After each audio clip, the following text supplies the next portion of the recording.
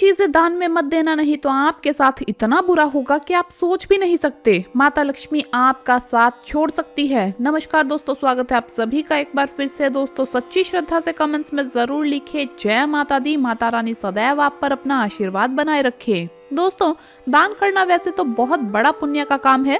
सभी धर्मों में दान को महत्वपूर्ण माना जाता है और इसकी महिमा भी बताई गई है। लेकिन दान करते वक्त ये ध्यान रखना चाहिए कि आप क्या दान कर रहे हैं और इसका आप पर क्या असर होगा, क्योंकि कई बार अक्सर ऐसी चीजें दान करने से व्यक्ति कंगाल हो जाता है। जाने अनजाने में हम कुछ ऐसी चीजों का दान कर देते हैं जिससे कि उल्टा हमें नुकसान होता है और हमारे जीवन पर बहुत बुरा असर पड़ता है। तो आइए जानते हैं आखिर वो कौन सी ऐसी चीजें हैं जिन्हें दान करने से आपको फायदे की जगह नुकसान हो सकता है। दोस्तों आगे बढ़ने से पहले आपसे रिक्वेस्ट है कि वीडियो को लाइक करें, अपने दोस्तों के साथ शेयर करें और अगर आपने अभी तक चैनल को सब्सक्राइब नहीं किया है तो सब्सक्राइब करके बेल आइकन जरूर प्रेस करें। तो चलिए जानते हैं कि किन चीजों का दान आपको नहीं करना चाहिए। दोस्तों नंबर 1, अनाज का दान। कई लोग गरीबों को आटा चावल दान करते हैं। वैसे तो दोस्तों अनाज का दान सर्वोत्तम माना गया है। किसी गरीब को घर का अनाज देने से घर में सुख समृद्धि धन दौलत सब कुछ प्राप्त हो जाता है। महालक्ष्मी व माता अन्नपूर्णा अति प्रसन्न होती है। लेकिन क्या आपको पता है अनाज का दान करते समय इस मंत्र का जाप अवश्य करना चाहिए। मंत्र कुछ इस प्रकार है जो कि 3 बार बोलना है। ओम विष्णवे नमः, ओम विष्णवे नमः, ओम विष्णवे नमः कहकर श्रद्धा पूर्वक दान का समापन करें। इस मंत्र के बिना अनाज का दान करने वाला व्यक्ति पाप का भागीदार हो जाता है, क्योंकि शास्त्रों में बताया गया है कि ऐसा दान विफल हो जाता है। अक्सर लोग दान तो कर देते हैं लेकिन उन्हें उस दान का पुण्य प्राप्त नहीं हो पाता। असल में यही वजह है कि आप बिना मंत्र के दान करते हैं। इसीलिए हमेशा अनाज का दान देते समय आपको ये मंत्र 3 बार जरूर बोलना चाहिए। ये बहुत ही ज्यादा शुभ माना गया है। आप इस मंत्र को मन में भी बोल सकते हैं। इससे सकारात्मक ऊर्जा की आपको प्राप्ति होती है। व्यक्ति धन दौलत से मालामाल हो जाता है।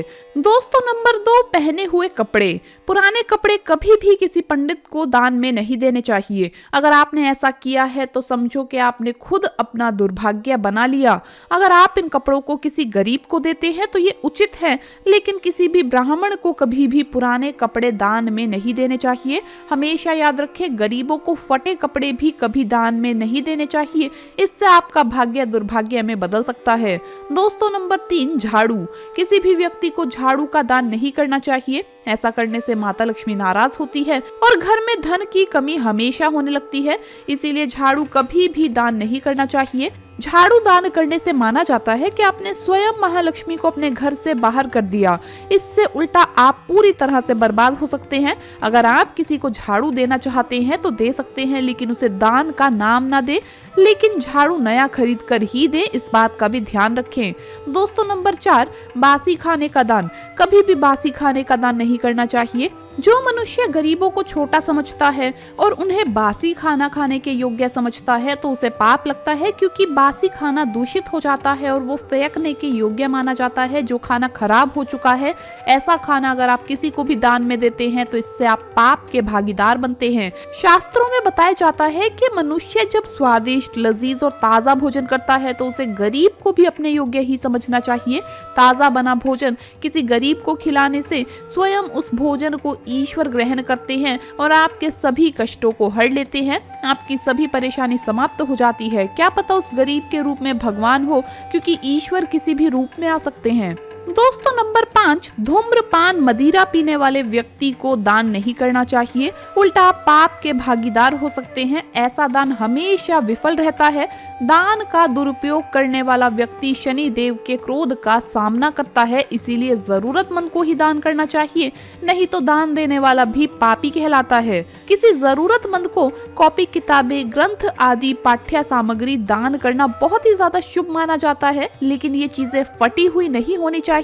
आप या तो विद्यार्थी को नई कॉपी और किताबें दान करें या किताबों की अच्छे से मरम्मत करवाने के बाद उसे दान करें, ताकि किसी के काम आ सके।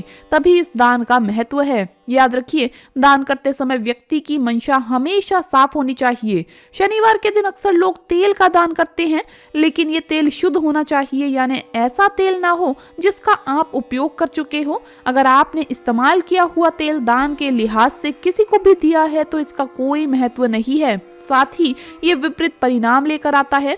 प्लास्टिक की चीजों का दान करने से भी आपको बचना चाहिए। माना जाता है कि प्लास्टिक का दान व्यापार को प्रभावित करता है। इसके अलावा नुकीली वस्तुएं जैसे चाकू, कैंची, तलवार आदि वस्तुओं का दान करने से भी परिवार की सुख शांति भंग हो सकती है। इसीलिए कोई भी नुकीली चीज दान ना करे। अगर किसी को इसकी आवश्यकता है तो उसे खरीदवा सकते हैं, लेकिन दान के लिहाज से ये ना दे। हिंदू धर्म में महिलाओं के लिए सबसे अहम होता है उनका सुहाग। इसीलिए सुहागन महिलाओं को कभी भी सिंदूर का दान नहीं करना चाहिए। अगर सुहागन महिलाएं अपना सिंदूर दान करती है जो वो खुद इस्तेमाल करती है तो उनके पति का प्यार उनके लिए कम हो जाता है। अगर आपको किसी को सिंदूर देना भी है तो आप उन्हें नया खरीद कर दें। वही दोस्तों, शास्त्रों में कुछ ऐसी चीजों के बारे में बताया गया है जो आपको कभी भी किसी को नहीं देनी चाहिए, फिर चाहे वो आपका अपना ही क्यों ना हो या आपका कोई करीबी ही क्यों ना हो। जैसे कि दही। दही का संबंध शुक्र से माना जाता है। वहीं शुक्र को सुख और वैभव का कारक माना गया है। इसीलिए सूर्यास्त के समय इसे किसी को देने से सुख और वैभव में कमी आ जाती है। शाम के समय प्याज, लहसुन देने से भी बचना चाहिए। इसका संबंध केतु ग्रह से माना जाता है। केतु ग्रह को ऊपरी ताकतों का स्वामी माना गया है। साथ ही इन सब का संबंध जादू टोने से भी है। इसीलिए प्याज, लहसुन देना अच्छा शगुन नहीं माना गया है शाम के समय। शाम के समय लोग घर का मुख्य द्वार खोल कर रखते हैं। दरअसल माना जाता है कि इस समय घर में लक्ष्मी जी का आगमन होता है। ऐसे में धन किसी और को देना लक्ष्मी जी को विदा करना माना जाता है। जिनका गुरु बलवान और शुभ है उन्हें गुरुवार के दिन किसी को भी हल्दी नहीं देनी चाहिए, खास तौर पर शाम के समय। इस दिन हल्दी देने से गुरु ग्रह कमजोर हो जाता है, साथ ही धन और वैभव में कमी आती है। पुराणों के अनुसार दूध का संबंध लक्ष्मी और विष्णु जी से माना जाता है। यही कारण है कि सायंकाल में इसे किसी को देना अच्छा नहीं माना जाता। मान्यता है कि इससे बरकत चली जाती है। अगर बहुत जरूरी है तो आप बाहर से खरीद कर दे सकते हैं, लेकिन अपने घर से बिल्कुल भी ना दे। तो आपको सायंकाल में दूध के दान से बचना चाहिए। इससे शनिदेव की आप पर कृपा बनी रहेगी। दोस्तों, देखा जाता है कि त्योहार हो या कोई शुभ अवसर हो, हम भगवान की प्रतिमा या पेंटिंग देना सही मानते हैं, जबकि ये गलत है। वास्तु विज्ञान के अनुसार भगवान की मूर्तियां अगर घर में हो तो उन्हें स्थापित करने से लेकर उनकी देखभाल करने के सभी नियमों का पालन किया जाना अनिवार्य है। अगर कोई व्यक्ति ऐसा ना करे तो इसका उस पर और उसके परिवार पर नकारात्मक प्रभाव होता है। हालांकि आप ऐसे व्यक्ति को भगवान से संबंधित कोई उपहार जैसे लड्डू गोपाल जी, गणेश जी या राधा कृष्ण की युगल तस्वीर अवश्य दे सकते हैं, जो इसका सम्मान के साथ ध्यान रख सके। वास्तु के अनुसार रुमाल और पेन भी किसी को गिफ्ट तक में भी नहीं देना चाहिए। इससे लेने और देने वाले पर नकारात्मक प्रभाव पड़ता है। अगर आप अपने काम से जुड़ी कोई वस्तु उपहार में देते हैं तो आपको अपने व्यापार में नुकसान झेलना पड़ सकता है। इसीलिए अगर आप किसी को अपने व्यापार से जुड़ी चीज बिना पैसों के देना भी चाहते हैं तो कम से कम 1 रुपया आप उससे जरूर ले लें।